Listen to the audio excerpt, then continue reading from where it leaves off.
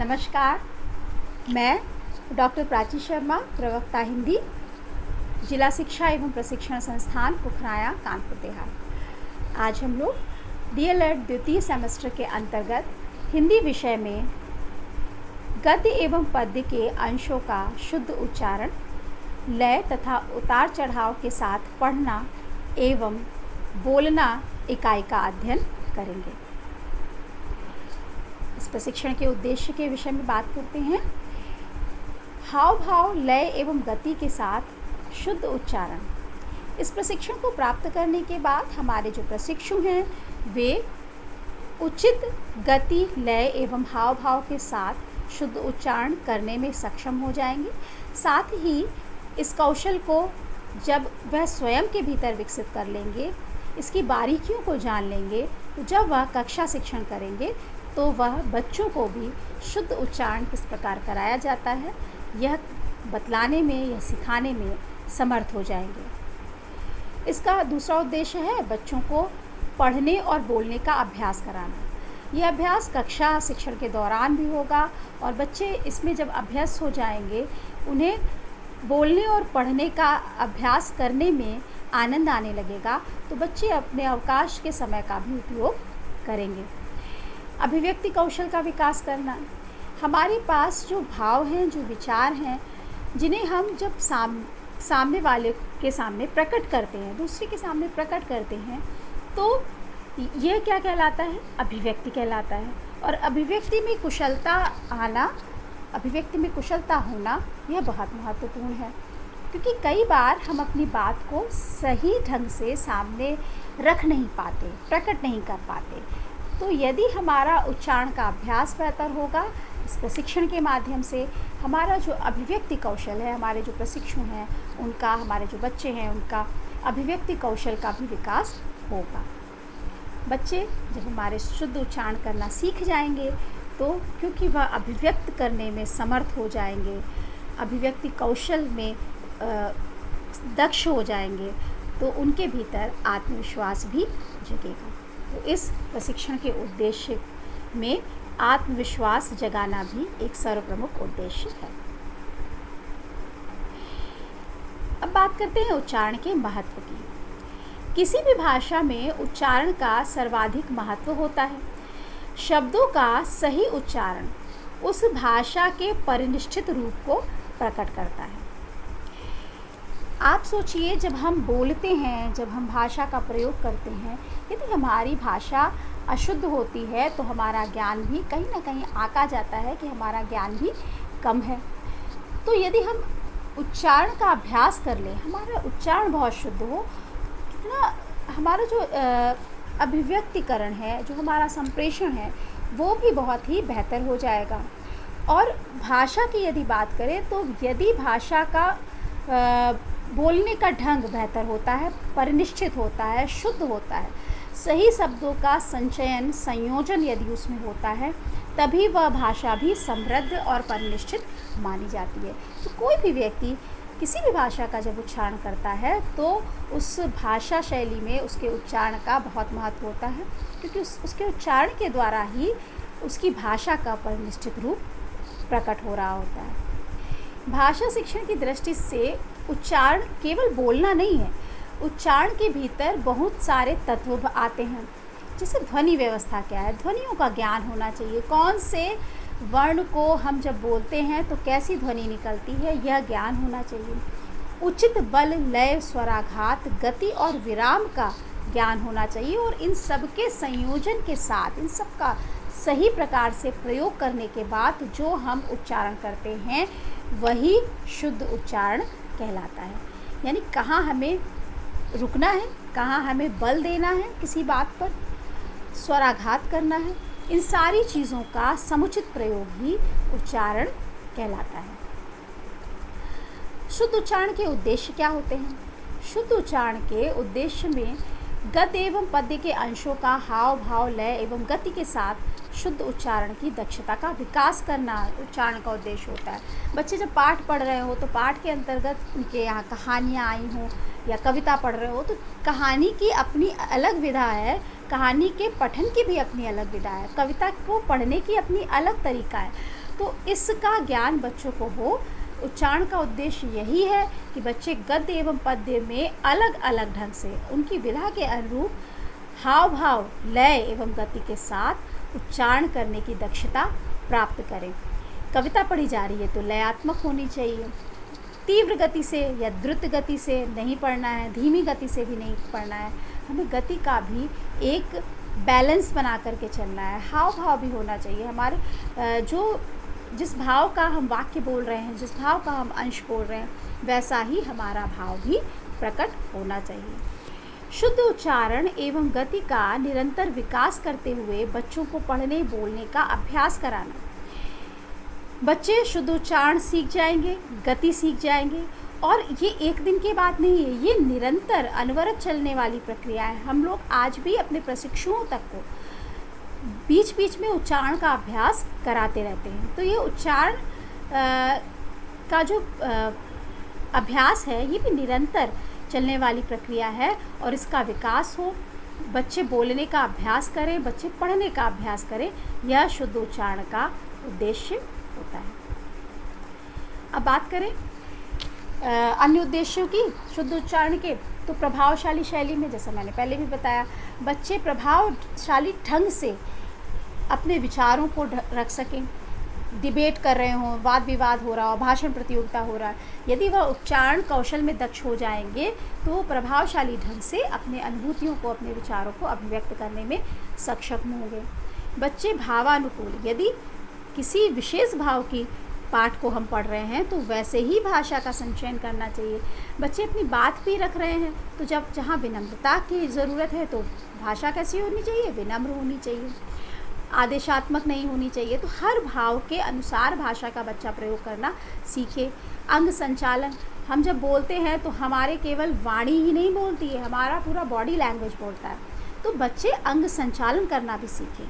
बच्चों के भीतर आत्मविश्वास विकसित हो, जागृत हो और सदैव बना रहे। उच्चारण के दोष के प्रमुख कारण क्या है? कौन से ऐसे कारण हैं जिससे उच्चारण में दोष आ जाता है, दोषपूर्ण उच्चारण होने लगता है? इन पर थोड़ा सा हम लोग दृष्टिपात करें तो पाएंगे, जब हमें हिंदी वर्णमाला की ध्वनियों का ही ज्ञान नहीं होगा तो हम शुद्ध उच्चारण भला कैसे करेंगे? तो यदि ध्वनियों का ज्ञान नहीं है या ध्वनियों के उच्चारण स्थान का ज्ञान नहीं है, क्योंकि वर्णमाला में प्रत्येक वर्ण का एक अमुक उच्चारण स्थान है, वैसे ही वो बोला जाता है, वैसे ही वो सुनाई पड़ता है। तो यदि ध्वनियों का और उच्चारण स्थान का अपूर्ण ज्ञान होगा तो दोषपूर्ण उच्चारण होगा। उच्चारण के तत्व, जैसा मैंने पहले बताया कि ध्वनि, व्यवस्था, लय, स्वराघात, गति और बलाघात, इन सब का समुचित प्रयोग ही उच्चारण है। तो यदि उच्चारण के तत्वों का अभाव होता है तो उच्चारण दोषपूर्ण हो जाता है। फिर बात आई है शारीरिक विकार। यहाँ पे शारीरिक विकार जो है वह ध्वनि संबंधी है। जो हमारे ध्वनि तंत्र होते हैं, मुखावयव कुछ ऐसे होते हैं जिनसे ध्वनियाँ हमारी जो है प्रस्फुटित होती हैं। तो जो ध्वनि संबंधी हमारे शारीरिक अंग हैं, उनमें यदि कोई विकार है, कोई दोष है, तो उच्चारण जो है हमारा दोषपूर्ण होगा। तो ये भी एक प्रमुख कारण है जिसकी वजह से उच्चारण दोषपूर्ण होता है।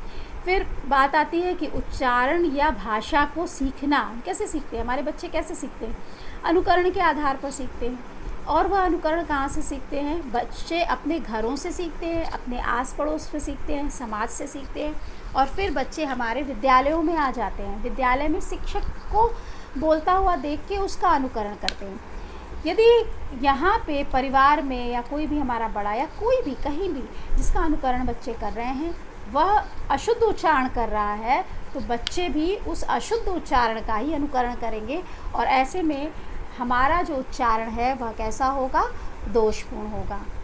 बलाघात से अपरिचित होना, बच्चों को ये ज्ञान नहीं है कि कहाँ पर हमको किस शब्द पर फोकस करना है, तो उस शब्द पर बल देना है। जैसे एक वाक्य है, उदाहरण के तौर पर मैं लूँगी, रोको मत जाने दो। इससे आप समझ नहीं पा रहे हैं कि रोकना है कि जाने देना है। लेकिन अगर हम कहते हैं रोको मत जाने दो, तो यहाँ हमने रोको पर बलाघात किया है। इससे पता चल रहा है कि हम रोकने की बात कर रहे हैं, जाने से मना कर रहे हैं। और यदि इन सब चीज़ों का ज्ञान नहीं होगा तो हमारा उच्चारण क्या है? दोषपूर्ण होगा। हम बहुत तीव्र गति से बोलते हैं यदि, या फिर हम बहुत धीमी गति से बोलते हैं, ये दोनों प्रकार की जो रीतियाँ हैं, तरीके हैं जो हैं, वह दोषपूर्ण हैं। तो गति का ज्ञान यदि नहीं है तो भी उच्चारण क्या होगा, वह दोषपूर्ण होगा। अब हम लोगों को पता चल गया है कि उच्चारण संबंधी दोष क्या है, उन दोषों का हम निराकरण कैसे करें, इसका ज्ञान हमें होना चाहिए। तो इन दोषों का निराकरण करने के लिए हम कुछ उपाय करें। जब हम बच्चे को वर्णमाला सिखा रहे हैं तो बच्चे को उस वर्णमाला के उच्चारण का बेहतर ढंग से अभ्यास कराएं। बच्चे को बताएं, छोटी छोटी त्रुटियां हो जाती हैं, ई और ई, ऊ और ऊ का ज्ञान जब सही से नहीं होता है, बल्कि ज्ञान तो होता है लेकिन उसका अभ्यास यदि नहीं कराया जाता तो बड़े तक बच्चे ये त्रुटियां करते रहते हैं। तो ई और ई का उच्चारण भेद सिखाएं, ऊ और ऊ का उच्चारण भेद सिखाएं। बच्चे को बताएं, छोटी सी इमली जब हम सिखाते हैं और हम लिखना उसे बता रहे हैं, हम उसे बोलना बता रहे हैं, तो हम उसे बताएं इमली छोटी से शुरू हो रही, ई म ली, तो इमली छोटी से शुरू हो रही है और ला में बड़ी की मात्रा लग रही है। यहाँ पे छोटी और बड़ी दोनों के उच्चारण में हम बच्चे को भेद सिखा सकते हैं। इसी प्रकार से ऊ का उच्चारण, गुरु शब्द बोल रहे हैं, गुरु, तो छोटा ऊ का भी उच्चारण का भेद हो गया, बड़े ऊ का भी उच्चारण का भेद हो गया। ये दोनों भेद हमने बारीकी से बच्चे को सिखाए। आए और अय के उच्चारण में भेद, आय से ऐनक होता है, तो आय में आय हो सकता है सुनाई पड़ रहा है, दोषपूर्ण उच्चारण होगा तभी ऐसा सुनाई पड़ेगा, क्योंकि आय में आय नहीं सुनाई पड़ा, आय है, आय से ऐनक है, और आय जो है वह नयन, नयन, यहाँ पे आय शब्द सुनाई पड़ रहा है। तो ऐनक और नयन कितना अंतर है दोनों में। तो हम बच्चे को जब सिखाएं तो अय और अय का जो भेद है वह भी हम स्पष्ट कर दें। इसी तरह से छ से छतरी है, क्ष से क्षत्रिय है, छतरी क्षत्रिय में भेद है। ये दोनों छ की तरह उच्चारण किया जाता है और इनका भेद हमें बच्चे को कराना ज़रूरी है। इसका हम शुद्ध उच्चारण बच्चे को करना सिखाएं। स, श, स, इन तीनों स का उच्चारण स्थान अलग अलग है। जहाँ पहला श आप देख रहे हैं ये तालव्य श है, जिह्वा तालु को स्पर्श कर रही है। श ये मूर्धन्य श है, यहाँ जिह्वा का अगला भाग जो है, अग्र भाग जो है वो ऊपर की ओर तालु से और अंदर की ओर मूर्धा स्थान को स्पर्श कर रहा है। फिर तीसरा सा जो आप देख रहे हैं वह सा है, यहाँ जिह्वा दंत को छोड़ रही है। तो पहला सा जो देखते हैं आप वह तालव्य है, दूसरा मूर्धन्य सा है, तीसरा दंत सा है। इन तीनों सा के उच्चारण में हम बच्चे को भेद करना सिखाएं, उनके उच्चारण स्थान का ज्ञान सिखाएं। फिर ड और ढ ये द्विगुण व्यंजन होते हैं और इन द्विगुण व्यंजनों का इस्तेमाल दो तरीके से किया जाता है। आप देख रहे हैं स्क्रीन पर ड लिखा है और ढा लिखा है। जब हम डा से बच्चे को डलिया बोलना सिखाते हैं, ठीक है, और उसमें जब हम डा का इस्तेमाल लिखित रूप में करते हैं तो डा ऐसा ही लिखा होता है जैसा आप देख रहे हैं। लेकिन जब हम डलिया के साथ में हम जब बच्चे को कहते हैं लड़ना, लड़ाई शब्द बता रहे हैं बच्चे को, तो हम क्या कह रहे हैं, डा का इस्तेमाल वहाँ भी कर रहे हैं, लेकिन वहाँ पे ड़ा आ रहा है, डा ना बोल करके हम ड़ा बोल रहे हैं और डा के नीचे हम एक बिंदु लगा दे रहे हैं। तो हमने डा ड़ा दोनों का अंतर समझाया, बच्चों का प्रयोग का तरीका सिखाया, ज्ञान कराया। दूसरा देखिए ढ है, ढ से ढक्कन, ठीक है, और जब हम पढ़ना कह रहे हैं, पढ़ाई कह रहे हैं, तो इसी ढा में नीचे हम एक बिंदु लगा देते हैं। तो यहाँ पे ढा भी दो तरीक़ों से इस्तेमाल हो रहा है, ढ और ढ। तो डा और ढा इन द्विगुण व्यंजनों के प्रयोग का हम बच्चे को ज्ञान कराएं। साथ ही री, री जो है वह स्वर है और इसके शुद्ध उच्चारण का अभ्यास हमें कराना ज़रूरी है। री को रा की तरह नहीं बोलना है, री का इस्तेमाल रा की तरह नहीं होना है। जब हम ऋचा शब्द बोलते हैं तो ऋचा री से शुरू हो रहा है, रा से नहीं, है ना। तो रा जो है वो लुंठित है, री जो है हमारा ये मूर्धन्य है। तो इसका हम बच्चे को अभ्यास कराएं। ये अभ्यास हम कैसे करा सकते हैं, ये इस अभ्यास हम कक्षा शिक्षण के समय बहुत बेहतर ढंग से करा सकते हैं। इसके लिए अतिरिक्त समय आप निकालते हैं, अच्छी बात है, अगर आवश्यक है तो अतिरिक्त समय निकालें। तरह तरह की एक्टिविटीज़ कराएं, गतिविधियाँ कराएं, खेल खेल में बच्चे को सिखाएं। उसे पता नहीं चलना चाहिए कि हम उच्चारण का अभ्यास करा रहे हैं। बातचीत जब हो रही हो, आप बच्चे से बातचीत कर रहे हो, तो वहाँ पे हम अभ्यास करा सकते हैं। तो कक्षा शिक्षण के दौरान समय समय पर हम बच्चे को शुद्ध उच्चारण का अभ्यास करा सकते हैं। इसके लिए कुछ प्रमुख विधियाँ हैं, उन विधियों का इस्तेमाल हम उच्चारण के लिए, शुद्ध उच्चारण के लिए कर सकते हैं। जो प्रमुख विधियाँ हमारे विद्वानों ने बतलाई हैं, उसमें से पहली विधि है वर्णमाला विधि, दूसरी विधि है शब्द विधि और तीसरी विधि है वाक्य विधि। अब इन तीनों पर थोड़ा सा ध्यान देते हैं, इनका जो विषय वस्तु है उसको समझने की चेष्टा करते हैं। पहली है वर्णमाला विधि। जैसा आप नाम से ही समझ रहे हैं कि यह वर्णमाला का ज्ञान करा रही है, यह वर्णों का ज्ञान एवं उच्चारण के लिए उपयोगी है। जब हम बच्चे को वर्णमाला का ज्ञान करा रहे हों तो उसको उचित तरीके से प्रत्येक वर्ण का उच्चारण स्थान सिखा दें, उसका ध्वनि का ज्ञान कराएं, कैसी ध्वनि निकलती है उस वर्ण को बोलने में, श्वास या प्राणवायु कहाँ घर्षण करता है, जिह्वा कहाँ स्पर्श करती है। तो ये जब हम वर्णमाला बच्चे को सिखा रहे हैं तब वर्णों का ज्ञान एवं उच्चारण सही तरीके से कराएं इस विधि के माध्यम से। यह जो विधि है वो समय की दृष्टि से मितव्ययी ही है। ये इस प्रकार से ऐसा कहा जाता है कि जब हम बच्चे को वर्णमाला सिखाते समय शुद्ध उच्चारण करना सिखा देंगे, वर्णों का उच्चारण करना सिखा देंगे, तो हमें आगे समय जो है, जो हमें एक्स्ट्रा लगाना पड़ेगा, जब हम शब्द बता रहे हैं, वाक्य सिखा रहे हैं, उसे बोलना सिखा रहे हैं, तब हमें वहाँ समय नहीं देना पड़ेगा। तो समय की दृष्टि से यह मितव्ययी है। हिंदी सिखाने के लिए यह विधि श्रेयस्कर है और बच्चे इस विधि के द्वारा क्रमानुसार पढ़ना सीखते हैं। वर्णमाला विधि वर्णों को सिखाने के लिए इस्तेमाल की जाती है। तो सबसे पहले वर्ण आते हैं, फिर शब्द आते हैं, फिर वाक्य आते हैं। तो क्रमिक विकास जो है, पठन कौशल विकसित हो रहा है या ज्ञान हम दे रहे हैं वर्णमाला का, तो बच्चे क्रमानुसार पढ़ना, जब उन्हें पढ़ाया जाता है तो बच्चे सहज रूप से उसको सीख पाते हैं। फिर आता है शब्द विधि। शब्द विधि जैसा कि नाम से ही समझ में आ रहा है, यहाँ शब्दों को सिखाया जा रहा है। अब पहले हम इसको अब समझा देते हैं क्या है, क्यों है ऐसी विधि। शब्द जो है वह हमें सबसे पहले आँखों से दिखाई पड़ते हैं। अब आप एक उदाहरण से समझिए, जैसे कि कमल लिखा है, तो यदि हम एक एक अक्षर पर फोकस करेंगे, क म ल, हमें का दिखाई दे रहा है, मा दिखाई दे रहा है, ला दिखाई दे रहा है। लेकिन संयुक्त रूप से अगर हम पढ़ना चाहेंगे तो क्या दिखाई दे रहा है, कमल। शब्द आँखों को शीघ्र आकर्षित करते हैं, इससे बच्चे पठन में शीघ्र कुशल हो जाते हैं। मैं पहले आपको इस विधि के बारे में समझा दूं, फिर हानि और लाभ के बारे में बताऊंगी। अर्थ की दृष्टि से शब्द भाषा की इकाई है, अतः बालक शब्दों को सरलता से सीख लेता है। भाषा की जो सार्थक इकाई है वह शब्द होती है, वर्णों का अर्थ नहीं होता, और इसलिए ऐसा मानना है इस विधि को बताने वालों का कि बच्चे क्योंकि शब्द सरलता सीखते हैं। हाँ, सही बात है, बच्चे आम बोलना सीखते हैं, है ना, अमरूद बोलना सीखते हैं, पतंग बोलना सीखते हैं, क्योंकि वो सीख रहे हैं, शब्दों को अपने आस पास अपने परिवेश में भी सुन रहे हैं।